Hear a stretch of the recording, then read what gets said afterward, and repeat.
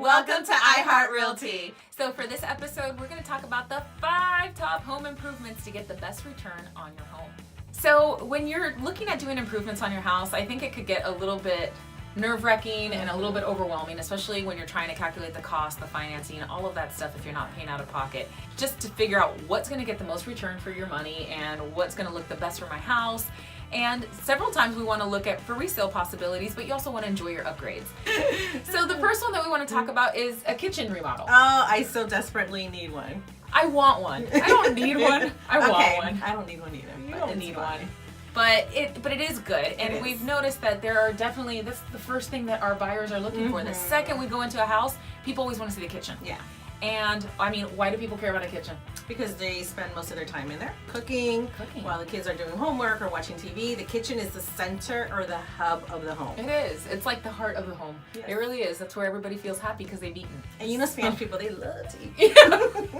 Ask my husband. So this is one of the top places that you should be making these improvements and remodeling. And you don't have to remodel, take everything out, get all new cabinets.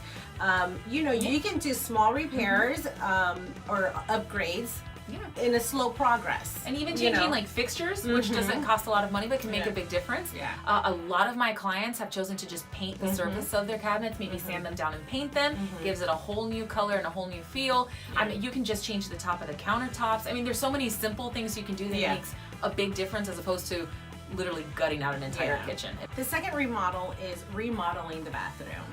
Though it is tiny, right? Sometimes it's really important.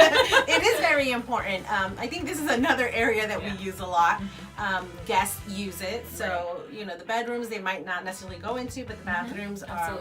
And again, you don't have to gut the whole bathroom. You can start small. Maybe you want to change out the tile floor. It's not that much square footage. Maybe you need a new toilet. Little upgrades like that can really bring a big improvement to the home. So the third point is to upgrade that curb appeal.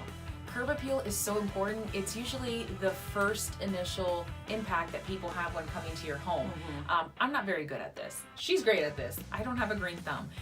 But I would say pick plants that go along with what you can manage and what you can handle.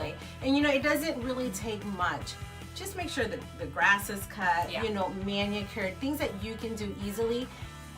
When it's clean, it looks nice. You don't necessarily have to have birds of paradise or, all these fancy kind of plants out there.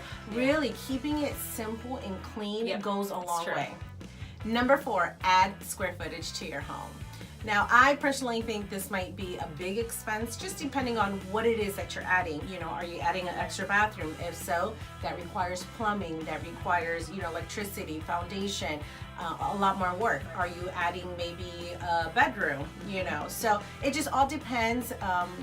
What you're adding would be the expense, to the home. Make sure that when you're doing those improvements, you're looking at the other properties in your area so that you're not adding a 6-bedroom in a neighborhood that predominantly has 3 bedrooms and 2 bathrooms. Because you are completely over adding value to your property. So there is such a thing as that. So be careful, and again, make sure that you're budgeting and that it's something appropriate. Older homes, absolutely. Sometimes you have a 2-bedroom, 1 bath, and areas like College Park or bungalows, that's a great addition is to add an extra bedroom and extra bathroom. Those are fantastic. And you will get a great return. You will get a great return. So know your area, know your neighborhood, and know your budget. And if you don't call us, we'll help. So the last point, which is number 5, is to try a fresh coat of paint.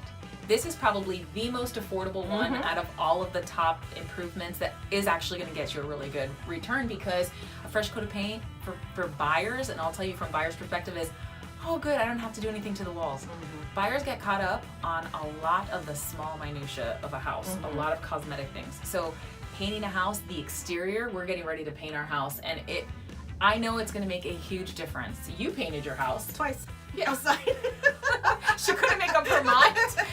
She paints all the time, and every time I walk into her house, it's a new color. Let's not talk about the inside of the house. My middle name should be pink. Sherwin-Williams loves Hilda. So these are the 5 top tips we have for you guys for improving your home. Did you know that if you spend between 6 and 10% of your home's value on any improvement, you're guaranteed to get a fair return on that? Yeah, for example, if you have a home that's worth $200,000 and you do an improvement between 6 to 10%, which would be $12,000 to $20,000 of improvement costs, then you should get a fair return. Thanks for watching this episode of iHeart Realty.